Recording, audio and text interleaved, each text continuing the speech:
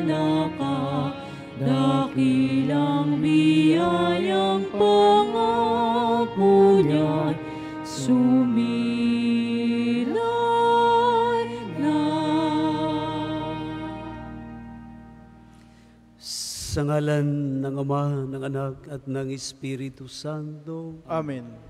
Ang pagpapala ng ating Panginoong Hesukristo, ang pag-ibig ng Diyos Ama, at ang pakikipagkaisa ng Espiritu Santo naway laging sumainyong lahat. At sumayin niyo rin. Magandang tanghali po sa inyong lahat. Araw po ng Biyernes sa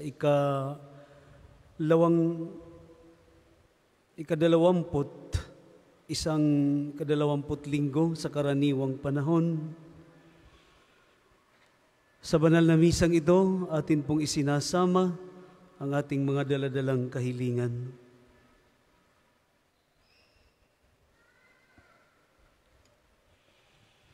Upang tayo'y maging marapat gumanap sa banal na pagdiriwang, ating aminin ang ating mga kasalanan.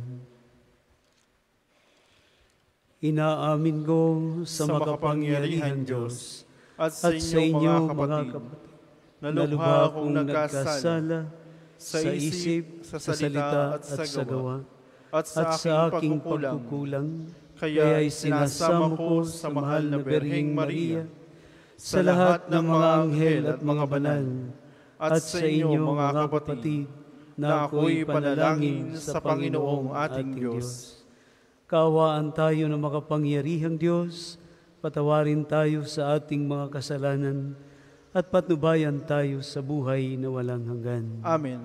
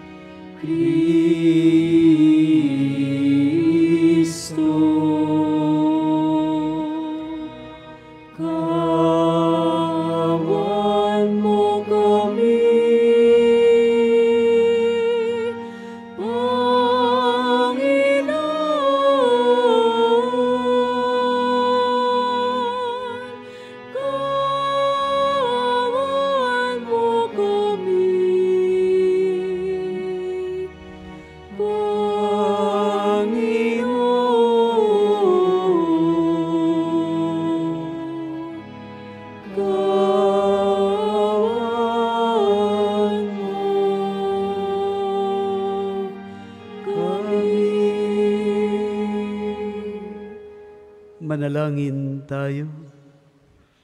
Ama naming makapangyarihan, lingid sa aming paningin ang mga inihanda mo para sa mga nagmamahal sa iyo.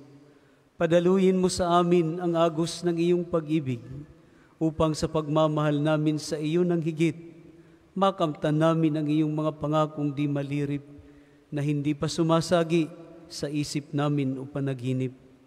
Iniluluhog namin ito sa pamamagitan ni Jesucristo, kasama ng Espiritu Santo, magpasawalang hanggan. Amen.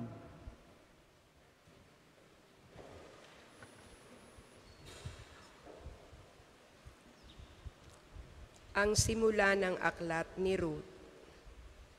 Nang ang Israel ay pinamumunuan ng mga hukom, nagkaroon ng taggutom sa buong bayan. Kaya't may isang lalaking taga Bethlehem, Huda, na sandali munang nanirahan sa Moab, kasama ang kanyang asawa at 2 anak na lalaki. Namatay si Elimelech at naiwan si Noemi. Ang 2 nilang anak ay nakapangasawa ng mga Moabito, sina Orpa at Ruth. Pagkalipas ng mga 10 taon, namatay naman sina Mahalon at Kelion. Kaya't si Noemi ay naiwang ulila sa asawa at mga anak. Nabalitaan ni Noemi na ang kanyang bayan ay pinagkalooban ng Diyos ng mabuting ani, kaya't humanda sila ng kanyang mga manugang nang umalis sa Moab. Hinagka ni Orpa ang kanyang biyanan at tuluyang bumalik sa kanyang bayan, ngunit nagpaiwan si Ruth. Sinabi ni Noemi kay Ruth, "Ang bilas mo'y nagbalik na sa kanyang bayan at sa kanyang mga Diyos. Umuwi ka na rin." Tumugon si Ruth, "Huwag na ninyong hilinging iwan ko kayo. Hayaan na ninyo akong sumama sa inyo. Saan man kayo pumaroon, doon ako paroroon. Kung saan kayo tumira, doon din ako titira. Ang inyong bayan ang magiging aking bayan. Ang inyong Diyos ang aking magiging Diyos." Iyan ang nangyari kaya mula sa Moab ay nagbalik si Noemi kasama si Ruth, ang manugang niyang Moabita. Nang dumating sila sa Bethlehem, ay sinisimula ng anihin ang sibada. Ang salita ng Diyos. Salamat sa Diyos. Ang tugon po sa Salmo, kaluluwa ko yung purihin, ang Panginoong butihin. Kaluluwa ko yung purihin, ang Panginoong butihin. Mapalad ang tao na ang kanyang Diyos, na laging katulong ay ang Diyos ni Jacob. Sa Diyos na Panginoon, umaasang lubos. Sa Diyos na lumikha niyong kalangitan, ng lupa at dagat, at lahat ng bagay. Kaluluwa ko yung purihin, ang Panginoong butihin.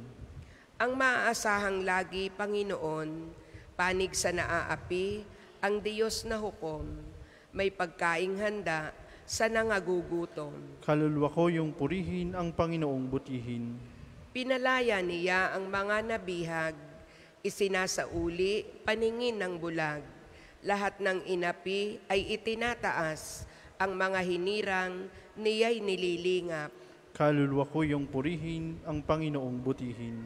Isinasanggalang ang mga dayuhang sa lupain nila'y doon tumatahan. Tumutulong siya sa balot ulila, masamang balangkas pinipigil niya. Walang hanggang hari ang Diyos na poon, nabubuhay lagi ang Diyos mo Siyon. Kaluluwa ko yung purihin, ang Panginoong butihin. Magsitayo po ang lahat.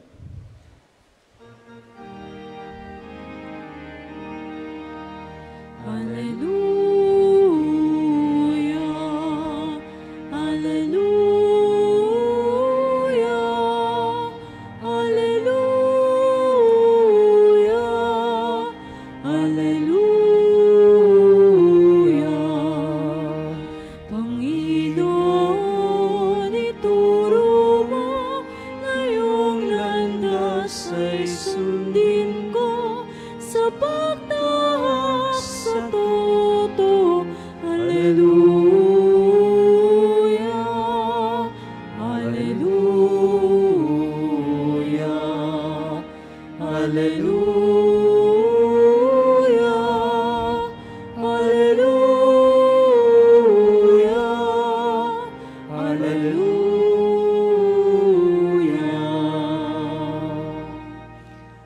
Sumainyo ang Panginoon. At sumainyo rin. Ang pagpapahayag ng mabuting balita ng Panginoon ayon kay San Mateo. Papuri sa iyo, Panginoon. Noong panahong iyon, nagtipon-tipon ang mga Pariseyo nang mabalitaan nilang napatahimik ni Jesus ang mga Saduseyo. At isa sa kanila, isang dalubhasa sa kautusan, ang nagtanong kay Jesus upang subukin ito. "Guro, alin po ang pinakamahalagang utos sa kautusan?" Sumagot si Jesus, "Ibigin mo ang Panginoon mong Diyos ng buong puso, ng buong kaluluwa, at ng buong pag-iisip. Ito ang pinakamahalagang utos. Ito naman ang pangalawa, ibigin mo ang iyong kapwa gaya ng iyong sarili. Sa dalawang utos na ito, nakasalalay ang buong kautusan ni Moises at ang turo ng mga propeta. Mga kapatid, ang mabuting balita ng Panginoon. Pinupuri ka namin, Panginoong Hesukristo. Muli, magandang tanghali po sa inyong lahat. Welcome po sa Pambansang Dambana at Parokya ni Santo Padre Pio.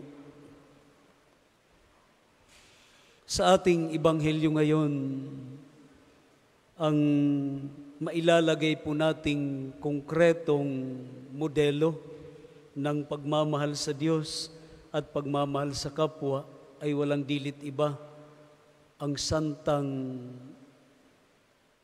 nagpunyagi, nagsakripisyo para sa kanyang pagmamahal sa Diyos na inialay niya sa pagmamahal sa tao. At yun ay si Mother Teresa ng Calcutta. Kaya nga sabi niya ay nagawa niyang yakapin ang may ketong, nagawa niyang paliguan ang may sakit na kung saan ang buong katawan ay puro sugat.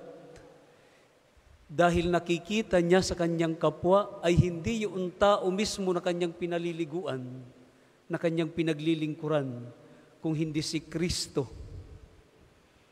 ang kanyang tinutulungan, ang kanyang pinaliliguan, ang kanyang pinakakain.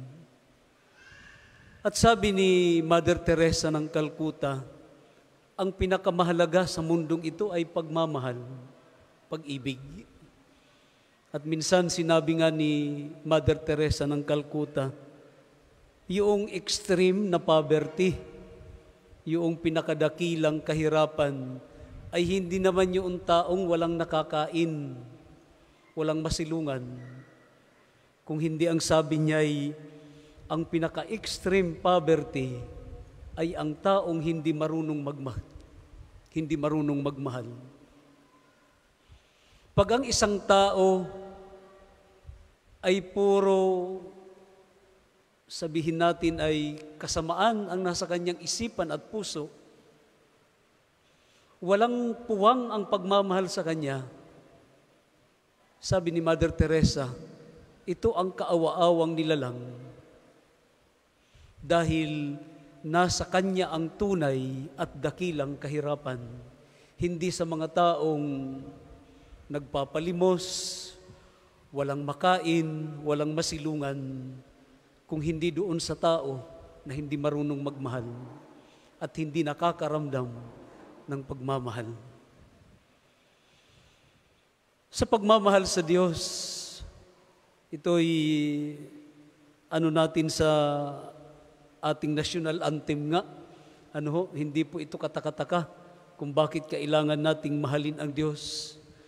Sa national anthem, sa last part, ang sabi doon? Ang mamatay ng dahil sa iyo, na kung saan ito ay patriotism. Ibibigay ang buhay ng isang Pilipino para sa kanyang bansa. Kaya nga sabi ko, hindi ito nakapagtataka kung papaanong minamahal natin ang ating bansa. Ano pa kaya ang Diyos na nagbigay sa atin ng lahat ng ating tinatamasa, simula buhay hanggang sa pang-araw-araw nating tinatamasa sa ating buhay. Ang lahat ng ito'y galing sa Diyos. Kung nagmamahal tayo sa ating bansa, tanda ng ating pagiging patriotic, ano pa kaya ang Diyos ang hindi natin mahalin? Ang pagmamahal sa kapwa, ang masasabi natin maliban kay Mother Teresa ng Calcutta, na ating pinag-usapan na po ang ating unang pagbasa, na kung saan ang ating unang pagbasa, ito ay awit ni Ruth. Alam natin yung relationship ng biyenan at manugang ay napaka-imposible na mangyari na kagaya nito, na hindi iniwan ni Ruth ang kanyang biyenan. May anak na 2 lalaki, si Noime. Subalit dumating ang oras na namatay ang 2 at nakapag-asawa ang 2 anak na iwan sa biyenang si Noemi ang mga balong parehong babae at nagkaroon ng taggutom, kaya nabalitaan ni Noemi na umani ng sagana ang kanyang bayan, kaya babalik siya sa Bethlehem. Sinabi niya doon sa dalawan niyang manugang, umuwi na kayo sa inyo. Wala na kayong mapapala sa akin, wala na ang aking mga anak, wala na ang inyong mga asawa. Si Orpa umuwi, bumalik sa kanila. Subalit si Ruth, ano ang sabi ni Ruth? Huwag mong hilingin na iwan kita. Kung saan ka paruroon, paruroon ako. Kung ano ang iyong magiging bayan, iyon din ang aking magiging bayan. Kung ano ang iyong magiging tahanan, iyon din ang aking magiging tahanan. At kung ano ang iyong magiging Diyos, iyon din ang aking magiging Diyos. Pagpapakita ng unconditional love, alalahanin natin na manugang lang ito. Biyenan ang kanyang hindi iiwan. Ipinaramdam ni Noemi ang tunay na pagmamahal sa kanyang kapwa. Ang pagmamahal sa Diyos, pagmamahal sa kapwa ay inseparable. Kagaya po ito ng formula ng tubig, H2O. Dahil kung magiging hydrogen lang, hindi yun tubig. Kung magiging oxygen lang, hindi yun tubig. Kailangang magkasama ang dalawa, hydrogen at oxygen. Inseparable din ang pagmamahal sa Diyos at sa kapwa.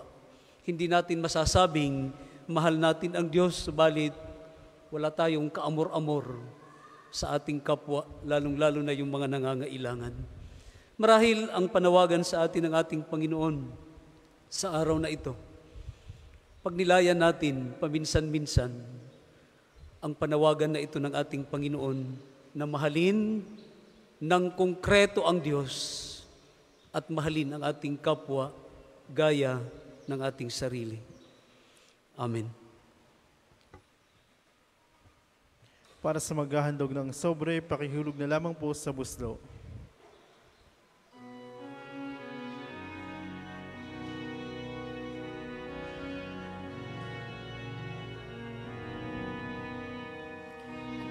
Kunin at tanggapin ang alay na ito, mga biyayang nagmula sa pagpapala mo. Tanda ng bawat puso, pagkat inibig mo, ngayon'y nananalig, nagmamahal sa'yo.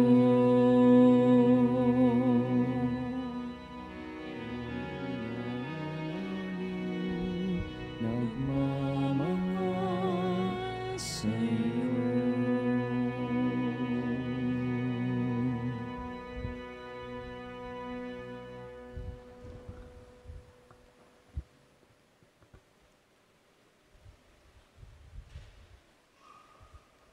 Magsitayo po lahat.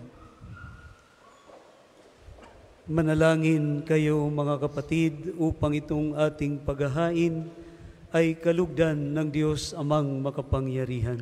Tanggapin nawa ng Panginoon itong paghain sa iyong mga kamay, sa kapurihan niya at karangalan, sa ating kapakinabangan at sa buong sambayan niyang banal.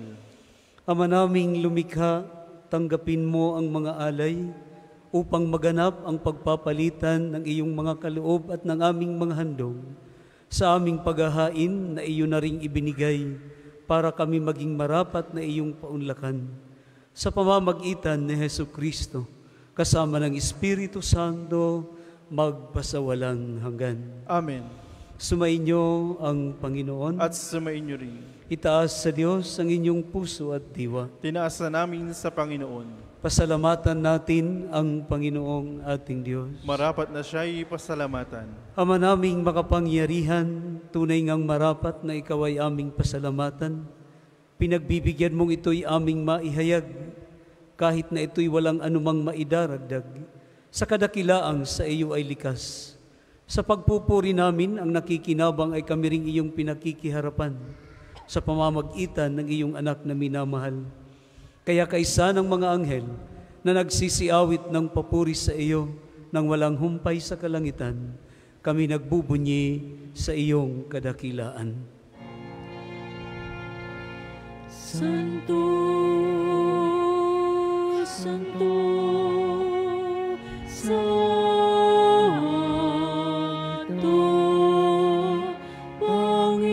Panginoong Diyos ng mga hukbo.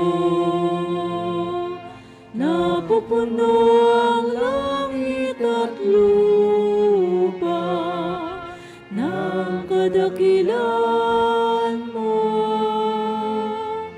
Hosana sa kaitaasan, pinagpalang na paririto sa ngalan ng Panginoon. Hosana sa kaitaasan, Hosana sa kaitaasan.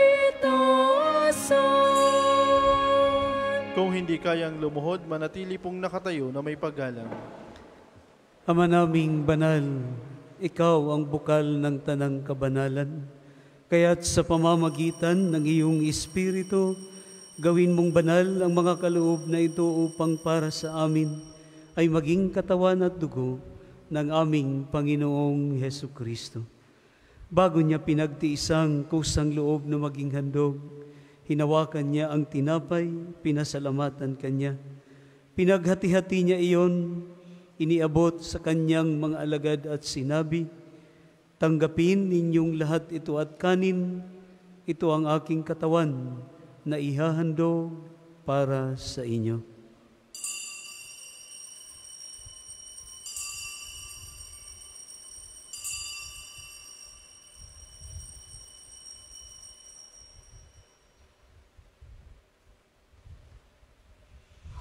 Gayon din naman nang matapos ang hapunan, hinawakan niya ang kalis at muli kanyang pinasalamatan. Iniabot niya ang kalis sa kanyang mga alagad at sinabi, "Tanggapin ninyong lahat ito at inumin. Ito ang kalis ng aking dugo ng bago at walang hanggang tipan. Ang aking dugo na ibubuhos para sa inyo at para sa lahat sa ikapagpapatawad ng mga kasalanan. Gawin ninyo ito sa pag-alala sa akin."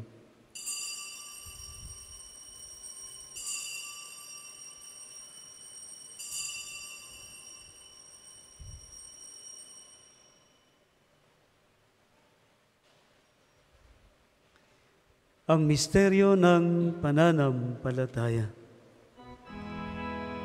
Sa krus mo at pagkabuhay, kami natubos mong tunay.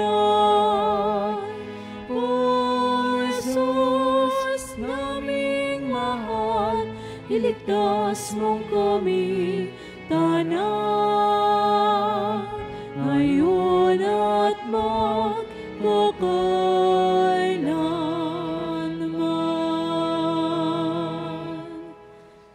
Ama, ginagawa namin ngayon ang pag-alala sa pagkamatay at muling pagkabuhay ng iyong anak. Kaya tiniaalay namin sa iyo ang tinapay na nagbibigay buhay at ang kalis na nagkakaloob ng kaligtasan. Kami nagpapasalamat dahil kami iyong minarapat na tumayo sa harap mo para maglingkod sa iyo. Isinasamo namin kami magsasalo-salo sa katawan at dugo ni Kristo ay mabuklod sa pagkakaisa sa pamamagitan ng Espiritu Santo. Amalingapin mo ang iyong simbahang laganap sa buong daigdig. Puspusin mo kami sa pag-ibig. Kaisa ni Francisco na aming Santo Papa, ni Gilbert na aming obispo at ng Tanang Kaparian. Alalahanin mo rin ang mga kapatid naming nahimlay nang may pag-asang sila'y muling mabubuhay, gayon din ang lahat ng mga pumanaw. Kaawaan mo sila at patuloyin sa iyong kaliwanagan. Kaawaan mo't maging dapatin kaming lahat na makasalo sa iyong buhay na walang wakas, kaisa ng mahal na Berhing Maria na Ina ng Diyos, si San Jose ang kanyang banal na esposo, ang mga apostol at ang lahat ng mga banal na namuhay dito sa daigdig ng kalugod-lugod sa iyo. May pagdiwang nawa namin ang pagpupuri sa ikararangal mo sa pamamagitan ng iyong anak na aming Panginoong Hesukristo. Sa pamamagitan ni Kristo, kasama niya at sa Kanya, ang lahat ng parangal at papuri ay sa iyo, Diyos Amang makapangyarihan, kasama ng Espiritu Santo, magpasawalang hanggan.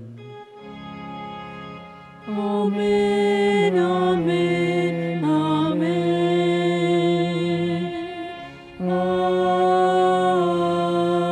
Amen.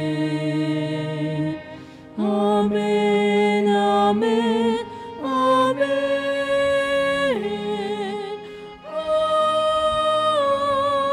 Amen. Sa tagubilin ng mga nakagagaling na utos at turo ni Jesus na Panginoon natin at Diyos, ipahayag natin ng lakas loob.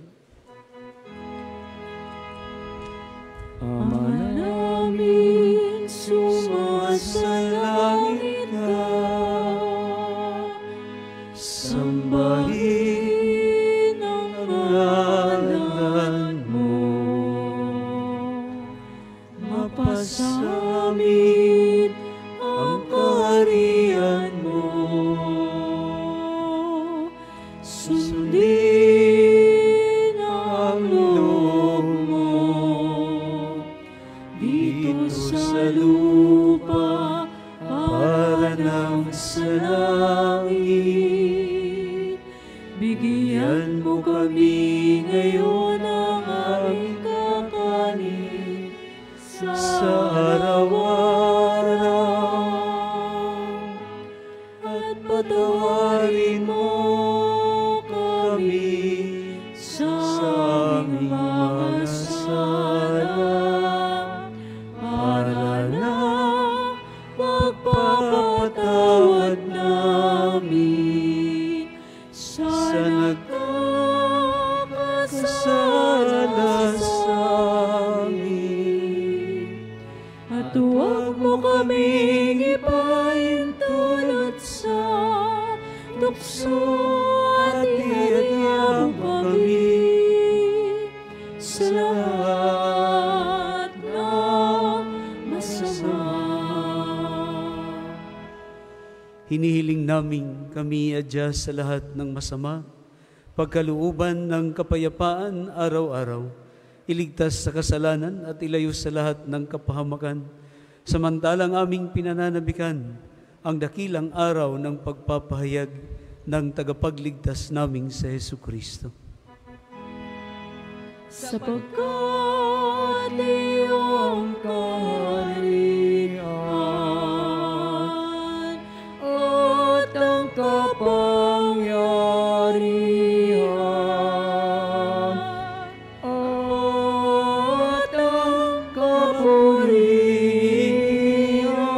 magpakailanman.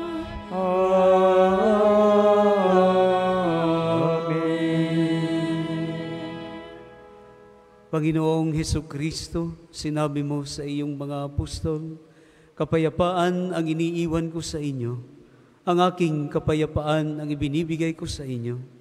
Tunghayan mo ang aming pananampalataya at huwag ang aming mga pagkakasala. Pagkalooban mo kami ng kapayapaan at pagkakaisa ayon sa iyong kalooban, kasama ng Espiritu Santo, magpasawalang hanggan. Amen. Ang kapayapaan ng Panginoon naway laging sumainyong lahat. At sumainyo rin. Magbigayan po tayo at maghangad ng kapayapaan sa isa't isa. Kordero ng Diyos na nag-aalis sa makasalanan sa libutan, maawa ka sa amin. Kordero ng Diyos na nag-aalis sa makasalanan sa libutan, maawa ka sa amin. Kordero ng Diyos na nag-aalis sa makasalanan sa libutan, ipagkaloob mo sa amin ang kapayapaan. Kung hindi kayang lumuhod, manatili pong nakatayo na may paggalang.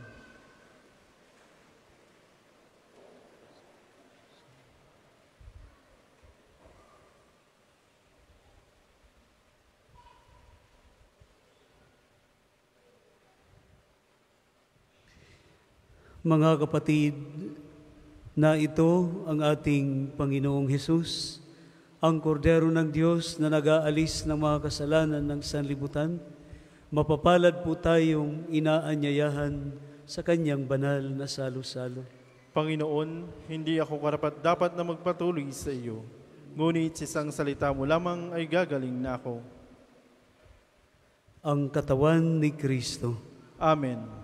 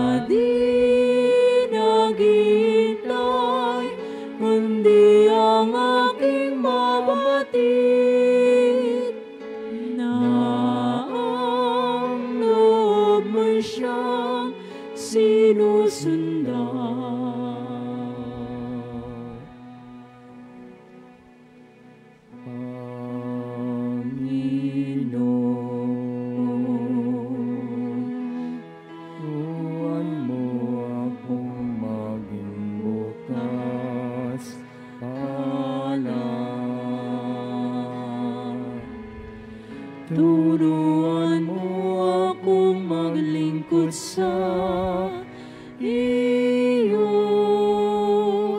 na magbigay ng ayon sa nararapat, na walang hinihintay mula sa iyo. Ang isasagawang second collection ay ginagamit sa patuloy na pagpapaunlad ng parokya at pambansang dambana ni Santo Padre Pio. Salamat po sa inyong handog. Natin naghihintay, kundi ang aking mabatid, na ang loob mo'y siyang sinusundan.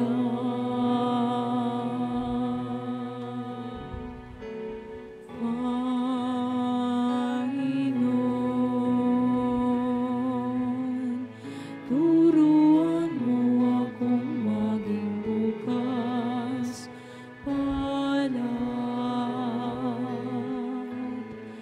Turuan mo akong maglingkod sa iyo, na magbigay ng ayon sa nararapat,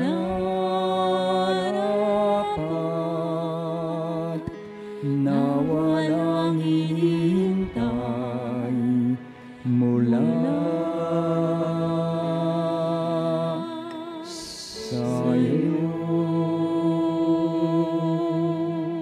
Magsitayo po ang lahat. Manalangin tayo. Ama naming mapagmahal, sa banal na pakikinabang, si Kristo ay aming pinagsasaluhan. Hinihiling naming kami maging katulad niya sa langit, pakundangan sa kanyang pagiging aming kaparis, bilang tagapamagitan, kasama ng Espiritu Santo, magpasawalang hanggan. Amen. Panalangin ng pagtitiwala kay Santo Padre Pio. Padre Pio, taga Petrelcina, Mongheng Banal, pintakasing santo ng milenyong kasalukuyan, gabay namin sa pagtahak sa landasing makalangit, takbuhan sa pangangailangan, huwara ng pagtitiis. Sa iyo namin inilalapit aming mga kagipitan, sa iyo po ibinibilin kalusugan at kabuhayan.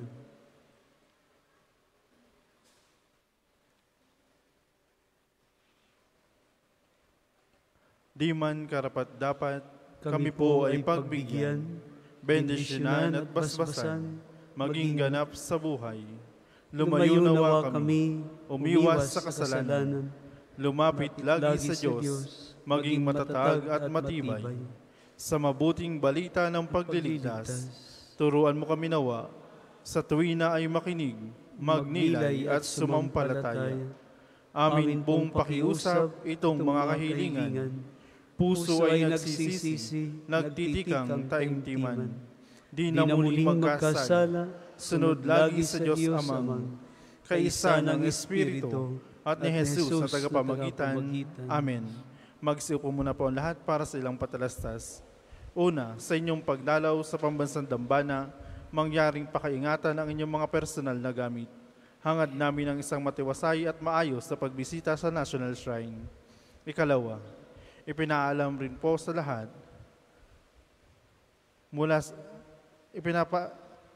ipinapaalam din po namin mula sa main arc entrance, tayo ay may mga malalaking safe and free parking dito sa loob ng pambansang dambana. Panatilihin po natin ang kalinisan sa loob at labas ng ating simbahan. Hinihikayat natin ang Clego, Clean as you go, sa pambansang dambana. Paalala po, huwag iwanan ang kalat sa mga upuan. Tayo ay may mga basuran sa likod at gilid ng ating simbahan. Palagi po nating tandaan na ang pambansang dambana ay isang sagrado at banal na lugar. Mangyaring sa pagbisita natin dito ay sundin ang mga tama at angkop na kasuotan, tanda ng pagsamba at pagbibigay galang sa ating Panginoon. Bilang paghahanda sa kapistahan ni Santo Padre Pio sa ika-10 ng Setyembre, ay magkakaroon po tayo ng libreng medical, dental and surgical mission. Ito ay operasyon tanggal bukol, tumor, luslos, hernia, bingot, cleft lip at iba pang bukol na panlabas. Alihikain ng programang ito na makatulong sa walang kakahiyang magpa-hospital. In collaboration with UST Medical Alumni Association through Dr. Wan Shai and RP Healthcraft Career Foundation, INC, headed by Dr. Sanchez and Dr. Agus Vergara. Tanging 150 patients lamang po ang kayang operahan. Para sa mga interesado, magkakaroon po ng patient screening sa darating na August 26 at September 2. Mula alas 9 ng umaga hanggang alas 3 ng hapon, makipag-ugnayan lamang po sa opisina para sa mga interesado at sa contact number na nakalagay sa screen. Ang susunod pong misa ay sa ganap na ika-2 ng hapon. Maraming salamat po at mangyaring panatilihin natin ang kalinisan, katahimikan at diwa ng pananalangin sa loob at labas ng ating simbahan. Magsitayo na po lahat para sa pagbabasbas ng religious articles. Mga kapatid, manalangin tayo sa Diyos Amang makapangyarihan upang tayo ay maging kawangis ni Kristo sa taimtim na pagdalangin sa tulong ng mga larawan at ng mga dasalan. O Panginoong Diyos, Ikaw ang bukal ng lahat ng pagpapala at biyaya. Ibuhos po ninyo ang inyong bendisyon sa mga gamit na ito sa pananalangin na nagpapaalala ng iyong kabutihan, kabanalan at pagmamahal sa aming lahat. upang ang lahat na dumulog at magdasal gamit ang mga ito ay magtamo ng iyong awa at biyaya. Loobin mong tularan namin ang kabanalan at aral ng Panginoon at ng mga santo magpasawalang hanggan. Amen. Ama namin, sumasalangit ka, sambahin ang ngalan mo. Mapasa amin ang kaharian mo, sundin ang loob mo sa lupa para ng sa langit. Bigyan mo kami ngayon ng aming kakanin sa araw-araw at patawarin mo kami sa aming mga sala para na ang pagpapatawad namin sa nagkakasala sa amin. At huwag mo kami pahintulo sa tukso at iadya mo kami sa lahat ng masama. Amen.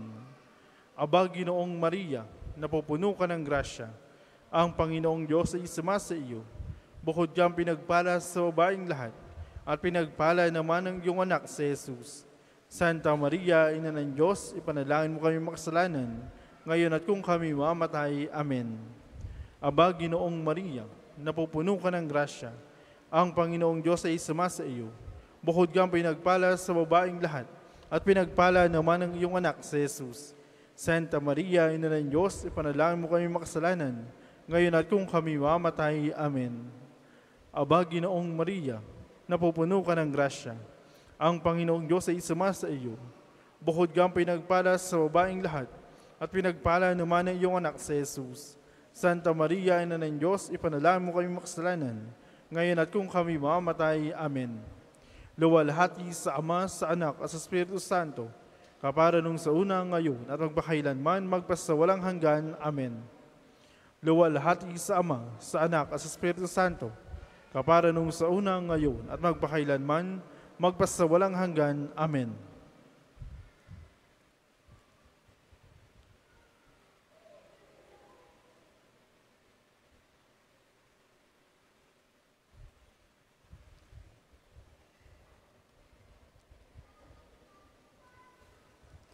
Sa inyo pong lahat, maraming salamat sa inyong pakikiisa sa ating banal na pagdiriwang. Sumainyo ang Panginoon At sumainyo rin. at pagpalain po kayong lahat ng makapangyarihang Diyos, ang Ama, Anak, at ang Espiritu Santo. Amen. Alay na po ang banal na misa, humayo kayong mapayapa. Salamat sa Diyos. Ngayon at ipahayag Kanyang pagkalinga at habag, isabuhay